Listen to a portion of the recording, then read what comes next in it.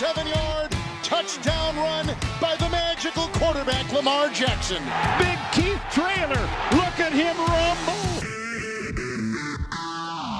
Welcome along then to another episode of Utter Punts. It's your second this week, you lucky punts. And now it's all about the Super Bowl because there's only one game left of the season. It's going to be a belter. This is not Detroit, man. This is the Super Bowl. Touchdown! No! 24-yard attempt. Oh, he hits the upright. It's no good. Derek Johnson, the all-time leading tackler in the history of the Chiefs. And he misses it. That's impossible. The Cardinals have knocked the Vikings out of the playoffs. Welcome along then to Utter Punts, your weekly NFL podcast made by UK fans of the National Football League in association with endzonekit.co.uk. We are all about the Super Bowl from here on in, and I'm delighted to say, to help me preview this one alongside me in Manchester, the Statman Dan. Even everybody, if you can't get excited for free beer, free wings and Super Bowl, I'm not sure what you're doing here, to be honest. Yeah, more on free beer and free wings coming up very, very shortly. We're also joined by the Viking down in Birmingham. He is Mr. Ginger. He is Obi-Wan Kenobi. It's Dave Keane.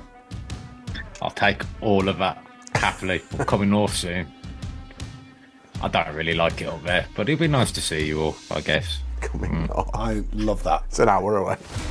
So Too far. So grumpy. It is Super Bowl week on Utter Punts. We are absolutely ready for this one, and we absolutely do not want the Eagles to get anywhere near it. Utter Punts with you for the next half an hour or so.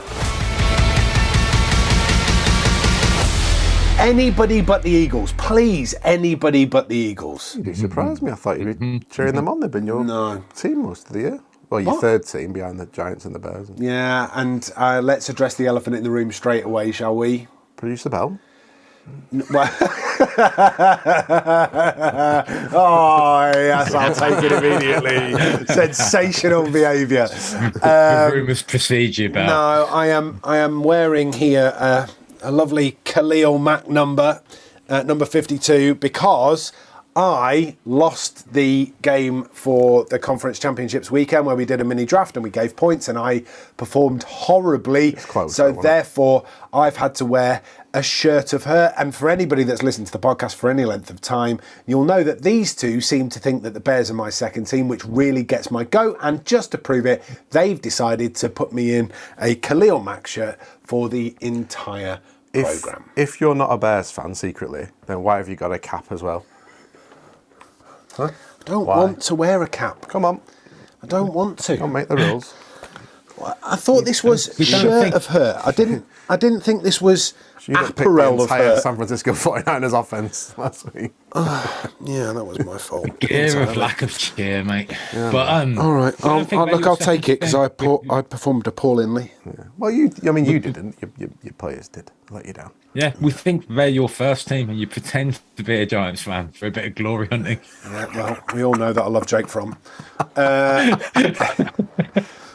So yeah, just in case you missed it, a couple of episodes ago, we did a draft for the Conference Championships where we picked a quarterback, a couple of wide receivers, tight ends, and a defense. And I performed horribly by picking the majority of San Francisco side. So I am currently wearing a shirt of her, and I have to wear this on Super Bowl night 2, which is taking place at the Nook and Broom in Bramwell. If you would like to join us, we would love to have you there. Come on down. Wings, beer, giveaways, offers, free food, free drink if we get stuff right. We'll be doing giveaways, and endzonekit.co.uk, who have provided this wonderful shirt of hurt for me, will also be providing some kit as well for us to give away.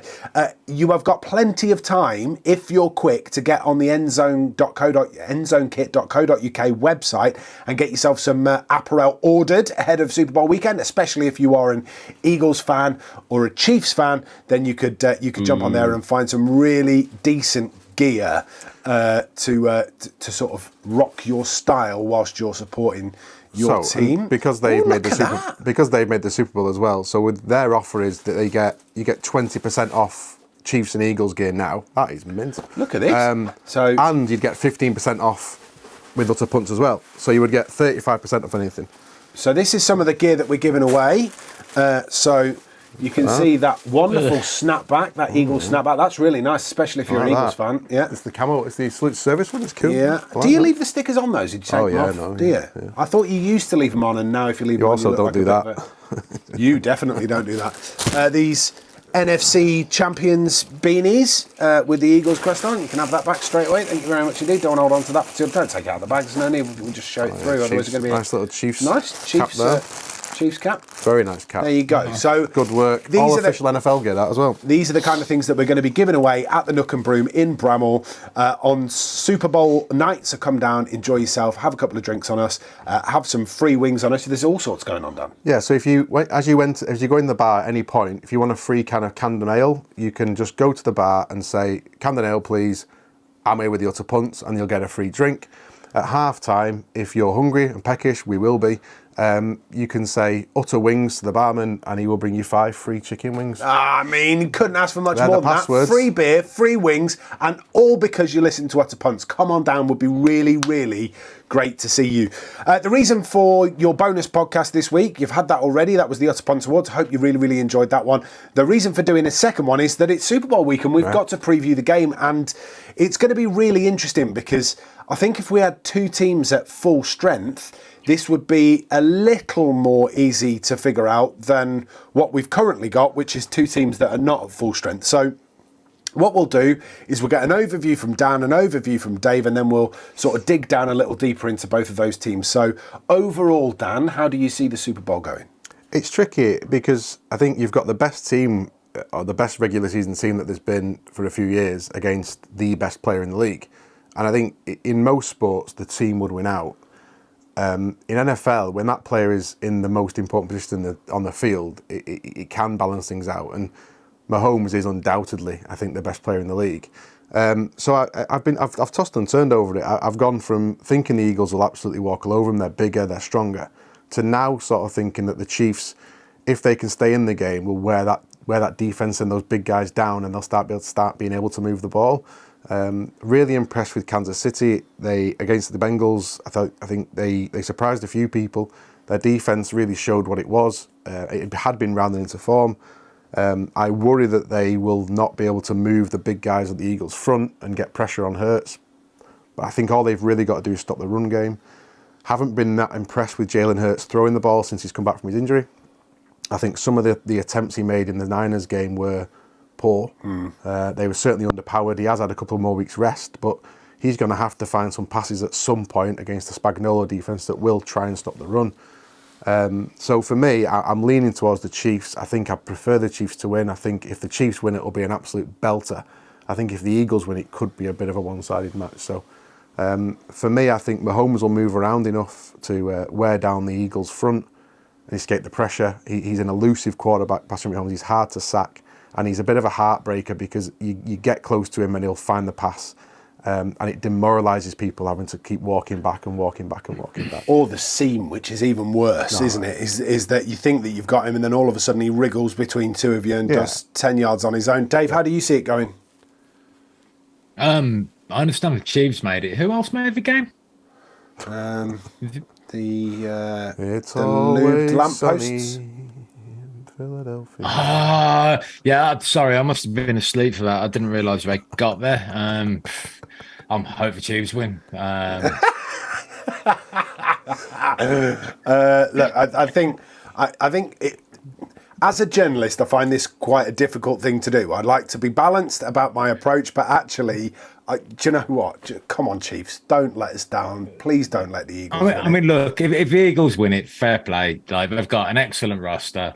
The team is very well coached. They've got depth all over the place. Things will change once Hurts isn't on like a cheaper deal.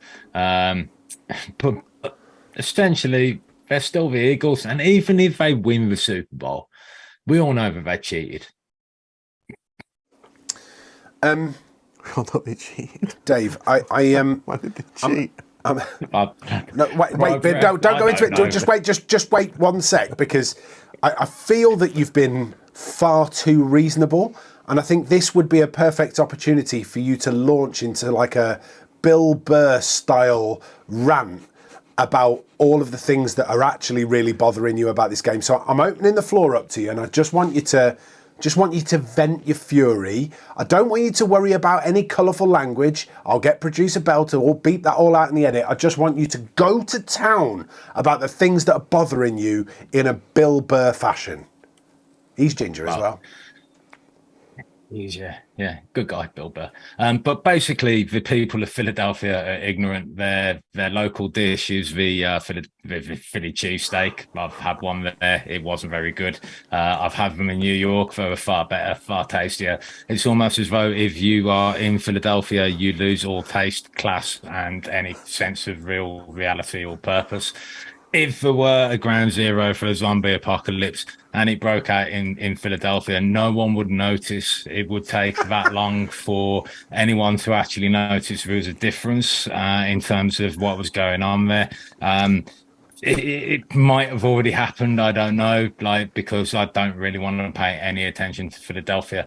The only good thing to come out of Philadelphia was Rocky, a fictional character, and I suppose Sylvester Stallone also is quite entertaining. I'll give them that. That's it. That's the one little gleaming nugget of gold in the pan that should really be flushed away. They are Philadelphia. Die, Eagles, die. I cannot wait to clip that one up and put it on YouTube Shorts. It's going to be absolutely sensational. Oh, Dave, I love you. Did you ask me to go free for all? No, I know. I really appreciate you kept it clean as well, which was really handy because it means that I haven't got to go through and beep everything out that you said. I appreciate it. Look, let's look at these two teams in a little more depth. We'll start with the Eagles because I have a funny feeling we've got a little bit more to talk about in terms of the Chiefs.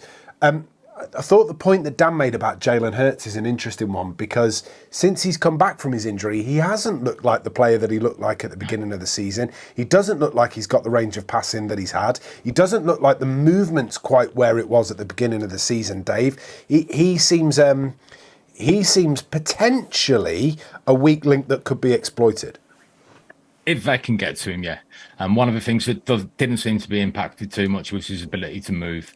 I think it's going to be a really interesting battle, the O-lines versus the D-lines. And essentially, whoever ends up protecting their quarterback better, both quarterbacks are going to be slightly limited in this game.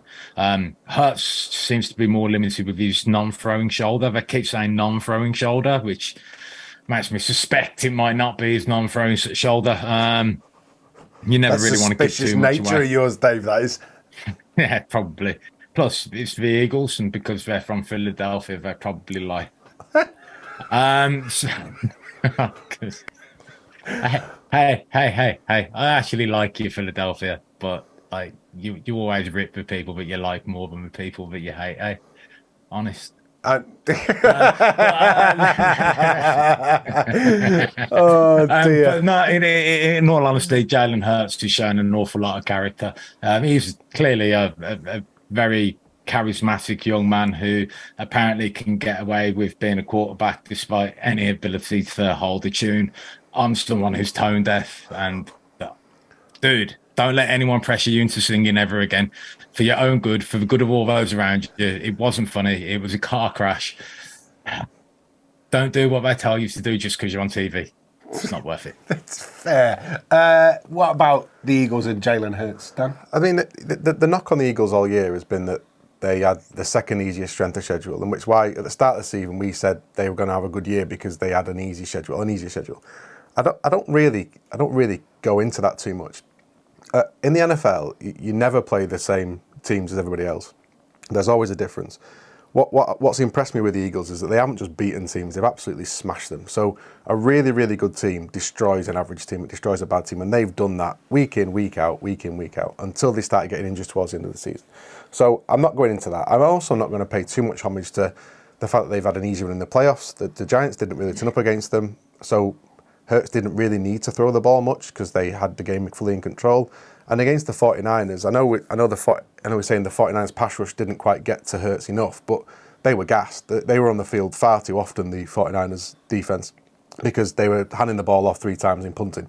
Yep. So, and again, because they started building the lead up and they had no offense, they knew no offense was coming back at them. The game plan was probably very different. The couple of things that concerned me about it was that when he did try and put the ball downfield, it wasn't there. But I think Jalen Hurts is a rhythm quarterback. And what I mean by that is, I think once he gets warmed up and if he's having to pass the ball and pass the ball and pass the ball, he will get hot. And he's done that all year. And if you look at his stats, he's often started slowly in games and then warmed up. So I'm not buying into the fact the Eagles haven't played anybody, because their division, actually the NFC East, was probably the most winningest division in football this year, right? Can't be far off. 3 of them made the playoffs. And I'm not throwing too much stock into the way they've got to the Super Bowl, because they deserve to be in the Super Bowl. They were the best team, I think, in the NFC week in, week out. I thought the 49ers would beat them with a decent quarterback. They didn't have that, so they lost. That's not the Eagles' fault. And the Eagles put them away. They put away an average team. And they made that San Francisco defense lose its head, which hasn't happened for a long time.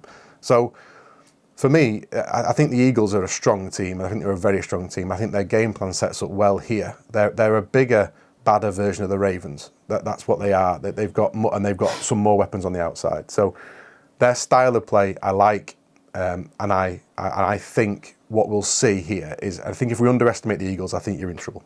Where are their weapons then, Dan? Have we got to look at Myles Garrett and Sanders and Smith? I mean, if we're looking at Myles Garrett, we're probably in the wrong. You understand where I was coming from? Yeah. So you've got Miles Sanders. That's who I meant. Kenneth Gainwell. You've got Boston Scott. They've got 3 good running backs, and they basically combined 2 of them there, didn't they? They've messed them around quite a bit. And if you're looking, if you're from a betting point of view, if you're looking for a bit of fun and you want a bit of value, then anytime touchdown scorers will be players like Boston Scott and Kenneth Gainwell, because they're deeper on the depth chart than Sanders, but do get enough touches to have a threat in that red zone, and they do score plenty of touchdowns. And they've got 3 really good running backs, or 3 running backs that would be running backs anywhere else. They've got a really good running quarterback. They've got a great offensive line.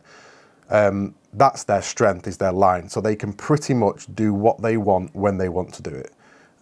And when they're under pressure and if they're behind, they have got 2 receivers on the outside in AJ Brown and Devontae Smith, who are, they call them a wide receiver 1A and wide receiver 1B, because they're both really wide receiver 1s. Yeah. AJ Brown is a big Goddard as well. Plus they've got a really good catching tight end. And they can let the catching tight end play as a catching tight end, because the line doesn't need the help that a tight end would often give if you needed a second tight end, if you needed some extra protection in there. So they're really well balanced, and we've said that. I mean, I don't know, if we had £1 every time we said that this year, we'd be rich, wouldn't we? They are a well balanced team on offense and on defense. They are, though, the number 1 pass defense in the league. So their strength is elsewhere. And just a quick stat for you now, there's only twice before as the number 1 pass defense met the number 1 pass offense in the Super Bowl, and the pass defense is 2-0. Oh, really? Yeah. Here's another stat for you, though, which is the biggest weakness on the Eagles is still their run defense. I think on DVOA they were 21st. Yeah. Now, you wouldn't have said normally that the Chiefs were particularly set up to take advantage, but Pacheco. Yeah. They've finally got a running back with the dynamism to take the short passes and scoot through the middle. Plus, if Mahomes has got the ability to run with the ball, do not be surprised to see him eat up the yards. I think he's only run for a combined 8 yards in his last couple of games, including sacks and then actual forward progress. I'm not convinced on that stat, but I read it somewhere today. But he lost overall, fairly big, didn't he? A couple of times in the conference championships game, so that sort of helps with that stat. It might be accurate, yeah. But I think that if the Chiefs can get their running game going, and by that I also mean the extensions of it, the screen game, basically the short passes where the ball's hitting, being caught behind the line of scrimmage or behind blockers, so that a run move is generated, they might be able to get something going here. Plus, because Mahomes is a threat throwing the ball, they can't completely sell out to the run in the way that they did against, I mean, like literally they had McCaffrey in taking snaps at one point, right? They knew the Purdy was only going to be handing the ball off. They were able to sell out against the run game. Yeah. And that was largely what they did. In this game, I do see the Chiefs having a better ability to keep them off balance, but they are really, really good. So it wouldn't surprise me to see it go either way. I don't want the Eagles to win. I don't feel that their fan base are deserving. Clyde Edwards-Helaire's back for the Chiefs, so he's technically their first choice running back. And he's back off IR and he's practiced last week, so he should be good to go. And they've obviously got They've lost Hardman, haven't they? They've lost Mecole Hardman. Yeah. He's out. Yeah, but they've got 3 good running backs. They've got Edwards-Helaire, who's not really lived up to the hype, but he can play. Can catch the ball as well. Exactly, and they've got Pacheco, and they've got McKinnon, who's a really good catching back. Jarrett McKinnon, he was the one that I regretted not having snapped up in our fantasy draft last week when I had time to think because of his touchdown prowess. I'm putting a halt on this because what's happened is you've jumped ahead, boys. As I knew you would. We were concentrating on the Eagles. All of a sudden, we've started talking about the Chiefs, and we're not. Hang on a minute. Are you cold? Wait, stop. We're not doing that until after this.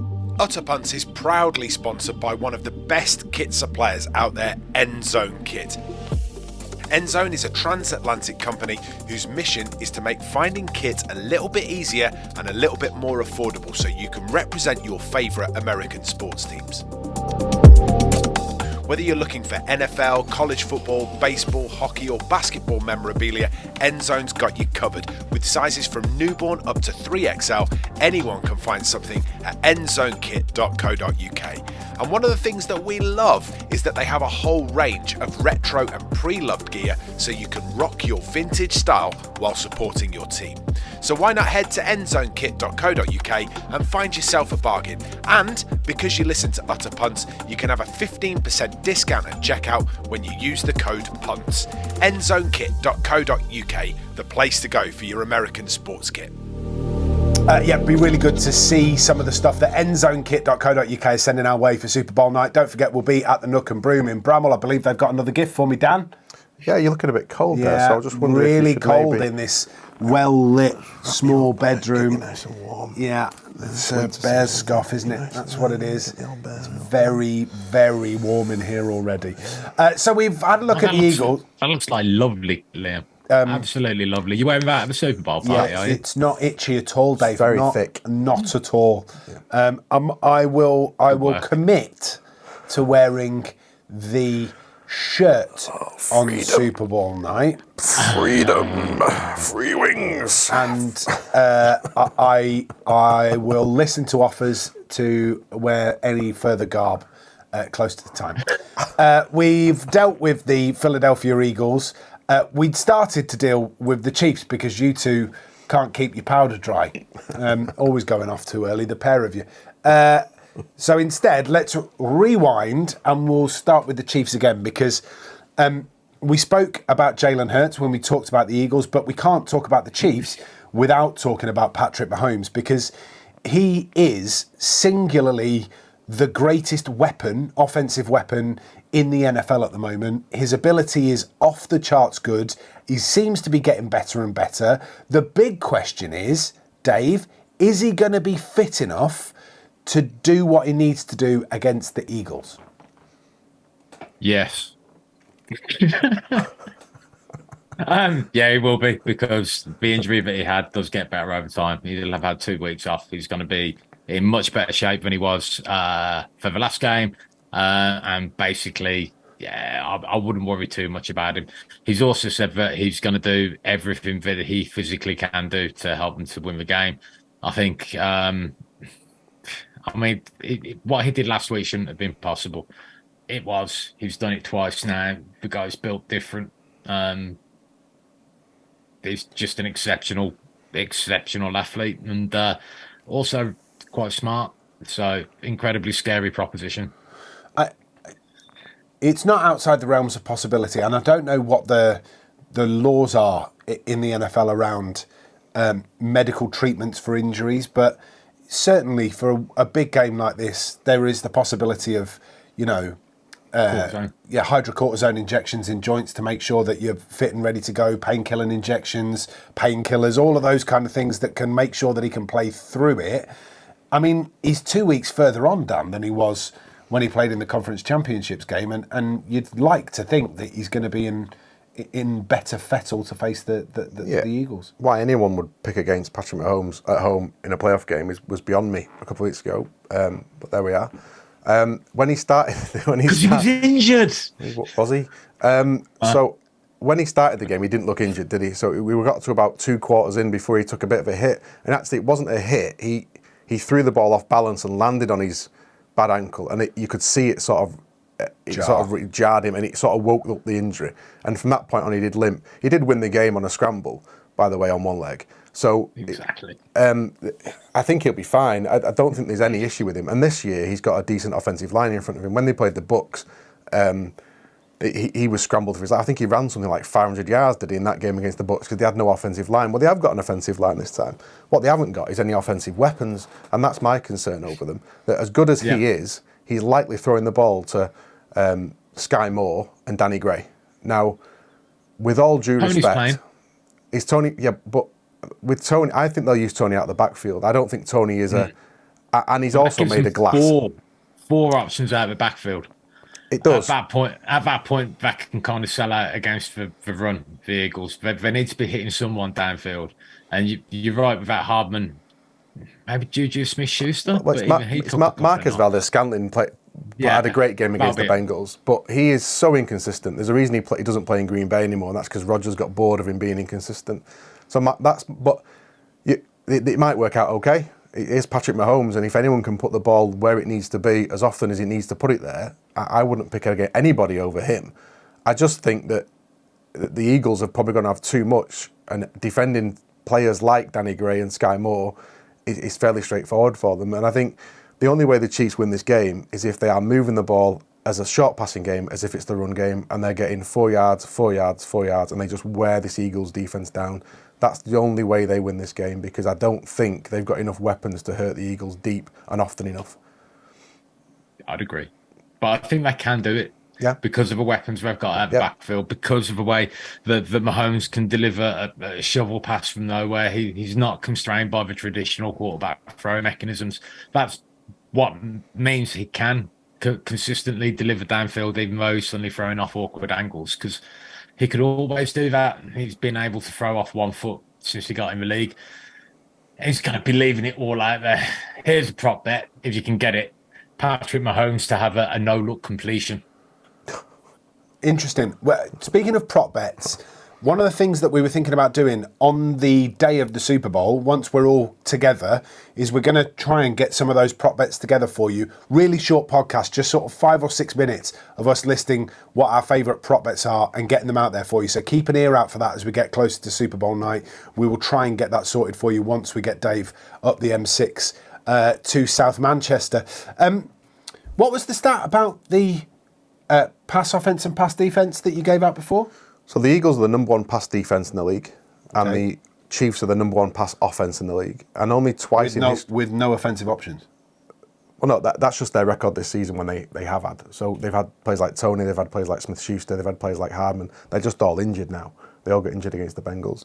But this is the number 1 passing attack in the league against the number 1 passing defence in the league. And it's only ever happened twice before, and the number 1 defence has won both times. Absolutely incredible. Not the only stats that you've just shown me that are absolutely insane. Grab your phone out, because this was absolutely ridiculous. Dave, wait until you hear this. This is mental. So the Chiefs and Eagles record this year, 16-3. Total points scored, 546, both. They both had 6 All-Pros, including the Kelsey brother and their quarterback. And they're both the number 1 seed for each conference. They've both scored 546 points. They've both got a 16-3 record. They've both had 6 All-Pros in their side, including a Kelsey brother and their quarterback. Yeah. And they're both the number 1 seed. That can't ever have happened before, can it? It's Andy Reid's old team as well. Yeah. And in fact, there's a little side hustle there, because I'm pretty sure that he let Sirianni go when he first arrived in Kansas City. That's how he ended up in Indianapolis. Yeah. There's something else I saw as well, which was, if you want to have a look at this, you can. It's quite interesting. Well, I thought it was interesting. I'm boring. But if you look at the way the teams have been set up, so the Eagles' offense is pretty much, they've drafted everybody on their starting offense other than A.J. Brown. Everyone else, all the line, all the running backs, the quarterback, and the other wide receivers are all draft picks. The Chiefs' offense is all trades. They've done in free agency. And that flips when you go to the defensive side. On the defensive side, the Philadelphia Eagles are all people they've traded in and traded for. They haven't drafted anyone on that defense. And the Chiefs have drafted their whole defense, other than maybe, I think, 2 players. And it's an interesting thing. What they've done is they've built an offense through the draft, the Eagles, and then they've bought their defense to back it up. And the Chiefs have done the complete opposite. And I just think their offense, and they've drafted their defense to back it up. Yeah, and if you look at that defense, so there was 5 starting rookies in that secondary against the Bengals that we thought was a great offense, and they really handled them. They handled them because they had a great pass rush, but still under pressure against 3 good wide receivers, a good tight end, and a good quarterback. That Chiefs secondary stood up to it, and those rookies played really well. I think it's a cycle, though, isn't it? I mean, effectively, it's the Chiefs have had to adjust because of how much they're spending on Mahomes. Yeah. So they've basically built the defense on the cheap, whilst the Eagles built their offense on the cheap. Yeah. And that's not sustainable for either, because the more successful those players are, the bigger contracts they're going to get when it comes time to renegotiate. Mm-hmm. So what both have done incredibly well is to just keep evolving. I mean, the Chiefs typified it again for their opposites, because the Chiefs traded away Tyreek Hill for a huge draft tool, and they're still rebuilding from that. And then you've got the Eagles, who finished off their offense by trading for a wide receiver in AJ Brown. I mean, it just goes to show the most important thing is to get units that complement each other. It doesn't really matter how you get them.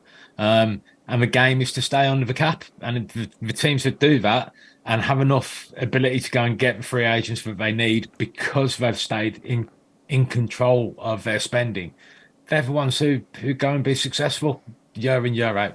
And it's where you lose control of your budget, where you start rewarding players who then get old while they're on the bigger wages. That's when you can get in trouble. You need to know when to trade. Really tricky. Yeah. Well, look, it makes it great. It's set to be an absolutely exceptional Super Bowl. Now, you two, you know how we couldn't decide who was buying the wings because there was no winner to the competition that we had? Well, there was 2 winners. Do you remember that there was no winner? There was 2 winners. No, there was 2 runners up. 2 winners. There was no outright. There was no outright winner. Do you remember how that happened? Yeah? I've got a proposition for you. Okay. Go on. And it's to separate you two to find out who's buying the wings. Okay. Are you game to play my competition? Yeah. It's based on the Super Bowl.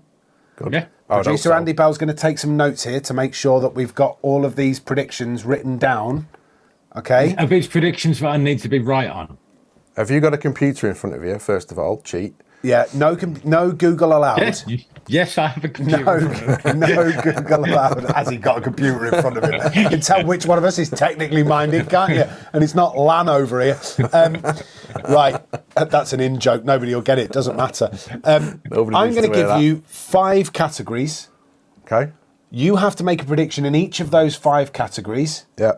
You can pick the same if you want to pick the same, but bear in mind that the idea is that you win. Mm-hmm. Okay? Okay. So, first category. Well, hang on, but when is this? It's a point. When do we get the wings, though? Point for each correct answer. But when do we get the wings? This will be the end of the game, next won't season. it? Yeah. Next season. No. The wings must get bought out of budget, and then whoever needs to top it up gets decided during the game. Deal. Okay. Deal. Somebody reimburses. Love that. Right. So 5 categories. Point for a correct answer. We need Jedi powers. Point for no point for an incorrect answer. If Really? if you're the closest to the total, you get the point. Right. If you're both the same distance away from the total, neither of you gets the point. Okay. Everybody clear on the rules? Yeah. Mm-hmm. First prediction to make. Who's going to win the Super Bowl? Eagles. Dave? Can't use Google, mate. 50-50. Is he Googling? I'm Who's playing in the Super Bowl? Well. You're going to go Eagles too? Yeah, I mean, I slept through the game there. We established that earlier. Over or under 40 points in the game. Well over. Does Dan get to go first every time? No, he just jumps in. You get to go the same one. It's not like we're picking one and you have to pick the other. It's all right. Over. Okay, both going over. Next one. How many sacks in the game total, both teams? Dave, you go first. You need to set an over-under, because if you don't, then Dan can just go over-under on the line that I set. It's true. And that's exactly what I was going to say. Closest to the number wins, that's what I've said. Okay. I'm going to go with 4.5 sacks. Oh, nice. Like that. Really like that. Over. Smart. 5. So you're going to go 5. Yeah. So you think more than 4.5 sacks. Okay, good. Yeah. Okay, next one. What have we had so far? Who's going to win the Super Bowl? How many points? How many points? Sacks? How many sacks? What should we go with next? Let's go with over-under points scored second quarter. And will it be over or under 13.5 points in the second quarter? Dave's gone under. Over. You've gone over. Yeah. Okay. And the final one is number of successful field goals. Including or not including extra points? Let's go including Not extra field points. goal, is it? Extra point. It's a kick. Yeah. Field goals. All right, forget that. Let's just go field goals. Just field goals, no extra points. Rule bender. What about the distance did you of the just call longest it? field goal? What? What about the distance of the How about longest Liam field makes the rules? Whose competition is this? goal? Number of successful field goals. You went first last time, Dave. Dan's got to go first this time on the specific number, and then you can pick the over or under to make it fair. Okay. 4. 4 field goals. Dave, over or under? That's a really tough Over. number. Over. All right. That's 5 questions, right? Producer Bell, I'm looking at you. He's nodding. He's having to count. He has to use 2 hands to count to 5. Right. So, essentially, we'll buy the wings, but whoever loses has to top the kitty up. Okay. I mean, the wings are free anyway. All we've got to do is say out the wings at the when we pay Yeah, for but them. you're not going to get more than one, are you? Yeah, but And I know how many wings you eat. Don't Can I start. have We all have 5 5? each. That's 20. I'll just have 10. You Yeah, but claimed that you could eat 40. I'll just keep sending people up. Go and say utter wings to him over there. Bring him over here. Yeah, but what if they want wings? Oh, That's don't- not how it works. Yeah, what? Stop bending the rules, you rule bender. Look, it's been an absolute pleasure to do these podcasts over the course of the season. That's Dan dropping his backside because he's just realised he's in a competition with Dave. It's been a real pleasure. We are going to carry these on through the off-season. They might not be quite as long as they've been over the course of the in-season, and we will be back for season 2, ready for the start of the 2023 NFL season. But stick with us. Yeah. We'll have all of the draft tips, the fantasy football tips, various other bits and pieces as the final who to goes. Draft. We will do. Dave's very excited about the draft already. Look, we would always end the programme with an utter punt of the week, but we're going to finish this programme with who we think the utter punt of the Super Bowl is going to be. Now, everybody has had absolutely no time to think about this whatsoever, so I'm going to go first, and I'm going to say Andy Reid will be the utter punt of the Super Bowl. I have a funny feeling at some stage the big man's going to lose his temper and do something daft. So Andy Reid gets my vote. Dan? Definitely the referee. Oh, 100%. officials getting it already. There is a stinking call coming in this game. What, roughing the passer call? Pass interference call? It'll be roughing the it'll kicker. be a catch that wasn't a catch, or it'll be roughing the passer. But I know it'll just be it'll be something stupid like a pass interference that when he's nowhere near him or something. Something coming. Somebody's getting too handsy. Dave, who are you picking? There'll be a celebrity who turns up to the game and acts like they're a lifelong diehard Eagles fan, whilst has never actually ever been to a game previously and probably doesn't know anybody on the team, but just wants to be there. Either that or it'll be Patrick Mahomes' brother, who's proved himself to be a pain in the backside almost every week that he's been on the sidelines. there will be someone there who, when we look at them, everyone will immediately think, there's an utter punt. Thanks, Dave. It's always a pleasure, boys. Thank you very much indeed. That's all we've got time for. Dan, thank you. Thank you very much. Dave, thank you. Pleasure. He's just dropped his phone again. It's like 3 times in the last 10 minutes. It's all we've got time for on Utter Punts. We'll see you next week. I'm taking this bloody scarf off. See you later.